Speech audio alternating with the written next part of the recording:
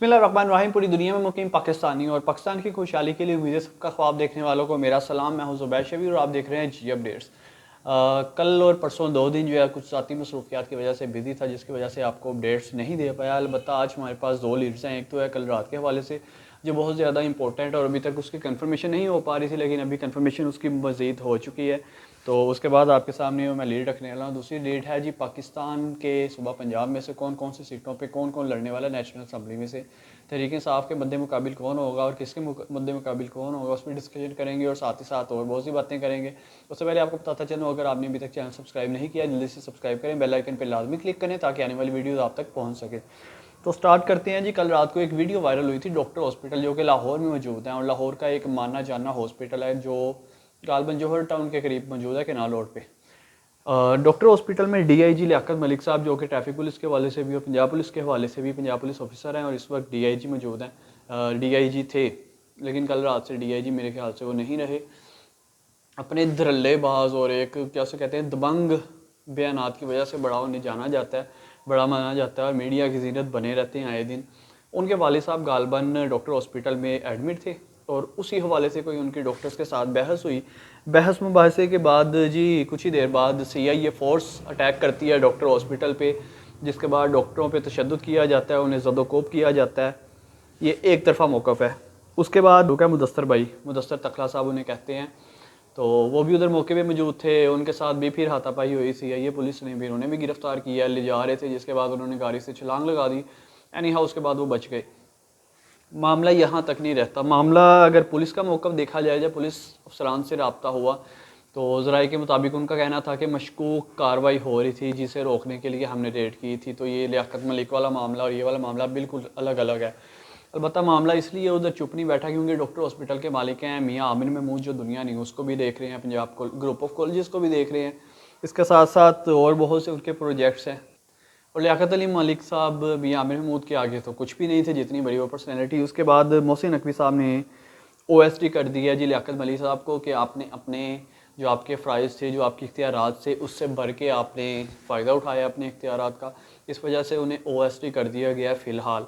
तो अभी मामला कहाँ तक जाता है, किसी को इंसाफ मिलता है नहीं मिलता, लेकिन यही अगर कोई गरीब क्लिनिक वाला होता, कोई गरीब हॉस्पिटल वाला होता, कोई इतना बड़ी हाई फाई पर्सनैलिटी ना होती, तो उसके साथ तो वो कहते नहीं पंजाबी में त्रोह हो गया, तो वो त्रोह हो जाना था उसके साथ रात को। वो तो आगे से मियाँ आमिर महमूद निकल आए तो ये मामला जो है थोड़ा सा काबू में आ गया और बवक्त ज़रूरत कार्रवाई उन पर हो गई। दूसरी बात जी, पाकिस्तान तहरीक इंसाफ जी ने एक तरफ तो कहा जा रहा है इलेक्शन कमीशन और बाकी इदारों की तरफ से कि उन्हें लेवल प्लेइंग फील्ड मुहैया कर दी गई है फ्री एंड फेयर इलेक्शंस के लिए, लेकिन अभी तक उन्हें मुहैया नहीं की गई। कागजात नामजदगी जमा करवाने का कल आखिरी दिन था 24 दिसंबर। तो कल किस किस ने कागजात नामजदगी करवाई जमा, उस पर भी डिस्कशन करेंगे। साथ ही साथ आपको एक और चीज़ बताता चलूँ, तहरीक इंसाफ के कारकुनान की और उम्मीदवारों की पकड़ धक्कर का सिलसिला अभी तक जारी था, गिरफ्तारियाँ हो रही थी। लीडर इनका जेल में मौजूद है, बल्ला इनसे ले लिया गया है, लेकिन फिर भी सलाम पेश करना चाहूँगा इनकी जुर्रत को, इनकी हिम्मत को। अगर कोई और भी पार्टी होती तो उसे भी मैं यही कहता, क्योंकि जितना प्रेशराइज़ किया गया उसके बावजूद इतने लोगों ने नॉमिनेशन पेपर्स सबमिट करवाए हैं कागजात नामजदगी, तो एक बहुत बड़ी बात है। पाकिस्तान तहरीक इंसाफ के 2434 पेपर्स जमा करवाए गए हैं। सीटों की बात नहीं हो रही, पेपर्स सीटें टोटल तकरीबन सूबाई और कौमी मिला लें तो 860 सीटें हैं, लेकिन 2434 लोगों ने कागजात नामजदगी जमा करवाए हैं, जिसके बाद अभी फैसला होना है कि टिकट किसे देनी है किसे नहीं देनी। और इसके मुकाबले में अगर PMLN देखा जाए 2134 और पीपल्स पार्टी 1651।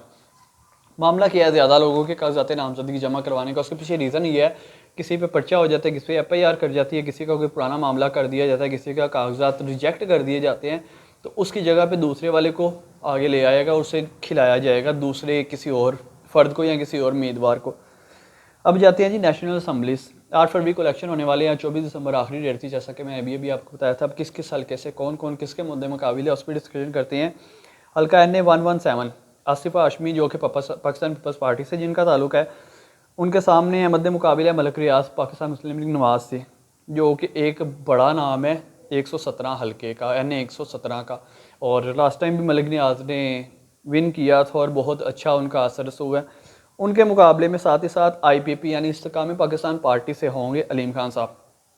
देखना यह है कौन जीतता है, लेकिन तगड़ा मुकाबला। और तगड़ा अगर कैंडिडेट कहा जाए तो मलक रियाज एक तगड़े कैंडिडेट हैं। उसके बाद 119 में मरियम नवाज मद्दे मुकाबिल होंगे लीम खान, और ये एक सियासी जंग सुना जा रहा है कि अभी तक के सीट एडजस्टमेंट इसमें हो जाएगी, लेकिन कह लेंगे दोनों की चुदरा का मामला है, जैसा कि हमने पुराने एक व्लॉग में भी आपको बताया था। मरीम नवाज़ की भी चुदरा है क्योंकि पार्टी की चेयरमैन की बेटी हैं और एक बहुत बड़ा नाम है पाकिस्तान मुस्लिम लीग नवाज़ का। और लीम खान जो इस्तेहकाम पाकिस्तान पार्टी के एक अहम रुकन है और पाकिस्तान तहरीक इंसाफ को छोड़ के उधर गए हैं, उनका भी एक कह लें कि अना का मसला बना हुआ है। लेकिन सीट एडजस्टमेंट अगर इधर हो जाती है तो मानने में आ रहा है कि मरीम नवाज़ का पड़ला भारी हो जाएगा। 118 में हमजा शहबाज शरीफ मद्द मुकाबिला है मोहम्मद खान मदनी साहब के। इधर भी वन साइडेड मुकाबला है, हमजा शहबाज शरीफ डेफिनेटली विन कर सकते हैं और इनकी एक अच्छी खासी उधर जान पहचान है, बड़े अरसे से उधर से ये विन कर रहे हैं। हल्का 1-2-0 बहुत इंटरेस्टिंग है, उसकी रीज़न यह है इसमें मुस्लिम लीग नवाज़ के ही 4 लोगों ने 4 उम्मीदवारों ने कागजात नामजदगी जमा करवाए हैं, जिसमें मरीम नवाज़ साहब हैं, ख्वाजा साद रफ़ीक साहब, अयाज सदक साहब और ताल तारव साहब हैं। जबकि इनके मुकाबले में अभी तक सुनने में आया है कि सनम जंग को इलेक्शन लड़वाया जाएगा, लेकिन इसकी कन्फर्मेशन भी अभी उस तरह से हो नहीं पाई। लेकिन इमरान खान साहब का एक बयान सामने आया था जिसमें उन्होंने खुद कहा था कि सनम जंग तुम मरीम नवाज़ के मुकाबले पे लड़ोगी इलेक्शन। हल्का 1-2-2 में इमरान खान की तरफ से 2 लोगों, इमरान खान साहब के कागजात नामजदगी जमा करवाए गए हैं, लतीफ़ खोसा साहब के और अज़हर सदीक जो कि पाकिस्तान आ चुके हैं। पाकिस्तान तहरीक इंसाफ की तरफ से 3 उम्मीदवारों के कागजात नामजदगी जमा करवाए गए हैं। एक रिजेक्ट हो जाता है, दूसरा आ जाएगा ग्राउंड में, दूसरा रिजेक्ट हो जाता है, तीसरा ग्राउंड में आ जाएगा। ऑप्शन बी को साथ लेके चल रहे हैं और बड़े एहतियात के साथ चल रहे हैं, क्योंकि ऑप्शन बी कोई ऐरा वैरा बंदा पकड़ के उसे टिकट दे देंगे या उसका कागजात नामजदगी जमा करवा देंगे, उसे हाईलाइट कर देंगे, ऐसे पकड़ा जाएगा। पाकिस्तान का निज़ाम सबके सामने है, जो इधर चल रहा है लेवल प्लेइंग फील्ड मुहैया की जा रही है ना, ऐसे पकड़ा अंदर ले गए, दूसरे जो लोग हैं उन्हें लेवल प्लेइंग फील्ड मुहैया की जा रही है। मेरे मुताबिक ये मेरा स्टांस है। 1-2-3 में जाते हैं तो शहबाज शरीफ जिनका पलड़ा भारी है, उनके मुकाबले में अफजाल पहाड़ साहब जो पाकिस्तान तरीके हिसाब से जिन्हें टिकट मिला, लेकिन शहबाज शरीफ का इधर ओपनली बता रहा हूँ, शहबाज शरीफ का इधर पलड़ा भारी है और उनका अच्छा खासा इन्होंने उधर काम करवाया, विजिट भी करते रहते हैं आए दिन, और ये उन्होंने हल्का अभी तक अपने हाथों से जाने नहीं दिया।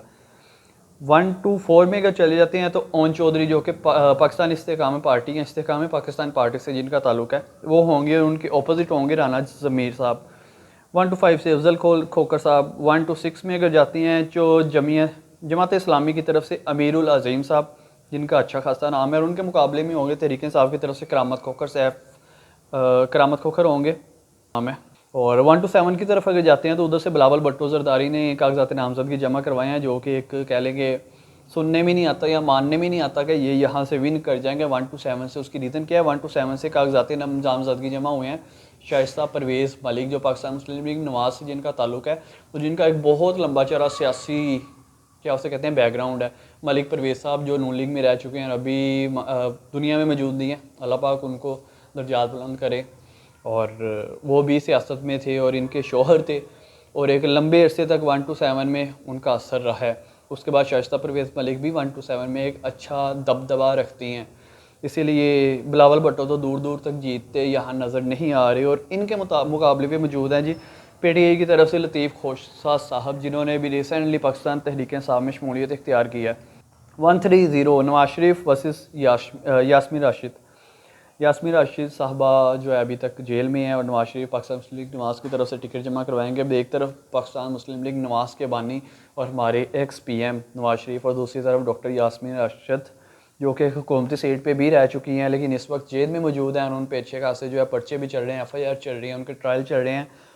विन करती हैं नहीं करती, लेकिन ये एक इंटरेस्टिंग मुकाबला होने वाला है। क्यों? रीज़न ये है कि नवाज शरीफ अगर हार जाती हैं सॉरी, लाहौर में मौसम इस तरह का खांसी स्टार्ट हुई है, नवाज शरीफ साहब अगर हार जाते हैं तो उनकी थू थू हो जाएगी। उसकी वजह क्या है कि भाई ये तो भगोड़ा है, भगोड़ा बाद में फिर पाकिस्तान आया और फिर से हार गया इलेक्शन में। 1-9 में अगर जाते हैं, लेकिन अगर फ्री फेयर इलेक्शंस होते हैं तब ये सारे मद्दे मुकाबिल होंगे। अगर फ्री फेयर इलेक्शन के लिए ग्राउंड फील्ड मुहैया नहीं की जाती तो ये मद्दे मुकाबिल नहीं होंगे। 1-9 में अगर आते हैं तो हमाद अज़हर साहब पाकिस्तान तहरीक इंसाफ की जानिब से लड़ेंगे, जिसमें मैर इश्तियाक साहब होंगे उनके मद्दे मुकाबिल जो पाकिस्तान मुस्लिम लीग नवाज़ से जिनका ताल्लुक है, और जो ये कहते नहीं थकते थे अपने वोटर्स को, सपोर्टर से, जब उनके पास वो अपना काम करवाने जाते थे कि भाई तू ही तो वोट पाया, शेर नो मिनते तो ही वोट पाए ही नहीं। अलबत्ता 1-8 में भी बड़ा अच्छा मुकाबला चलने वाला, देखने लायक होगा। शफकत महमूद और उनके मद्दे मुकाबिल होंगे पाकिस्तान तहरीक इंसाफ की तरफ से सुलेमान अकरम राजा। सुलेमान अकरम राजा बेसिकली सुप्रीम कोर्ट के वकील है, 10-12 साल उन्हें हो गए हैं सुप्रीम कोर्ट में वकालत करते हुए, और वकला हजरात में और कानूनदान है, एक अच्छे खासे कानूनदान है और माया नाज कानूनदान है।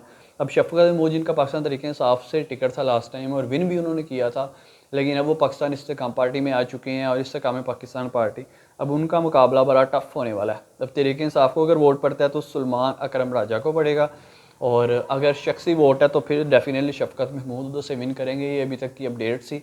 अब देखना ये लेवल प्लेइंग फील्ड मुहैया की जाती है या नहीं की जाती है, और मुकाबला कितना कांटेदार मुकाबला होता है इलेक्शंस में जाके, और आगे आगे इलेक्शंस की सूरत हाल आती जा रही है, मामला मज़ीद ख़राबी की तरफ जाते जा रहे हैं। किस वजह से ख़राबी की तरफ जाते जा रहे हैं कि कहीं लड़ाई हो रही हैं, कहीं झगड़े हो रहे हैं, कहीं क्या उससे कहते हैं उम्मीदवारों को, मुख्तलिफ पार्टियों के उम्मीदवारों पर पथराव किया जा रहा है, गालिम गलौज का निशाना बनाया जा रहा है, नारेबाजी हो रही है। अब देखते हैं क्या बनता है इलेक्शन में। उम्मीद तो यही करते हैं जो भी हो पाकिस्तान के हक़ में बेहतर हो, पाकिस्तान तरक्की करे और तरक्की की राह पे गामज़न हो जाए। अपनी मेज़बान ज़ुबैर शबीर को इजाज़त दीजिए। अल्लाह ने के अमान।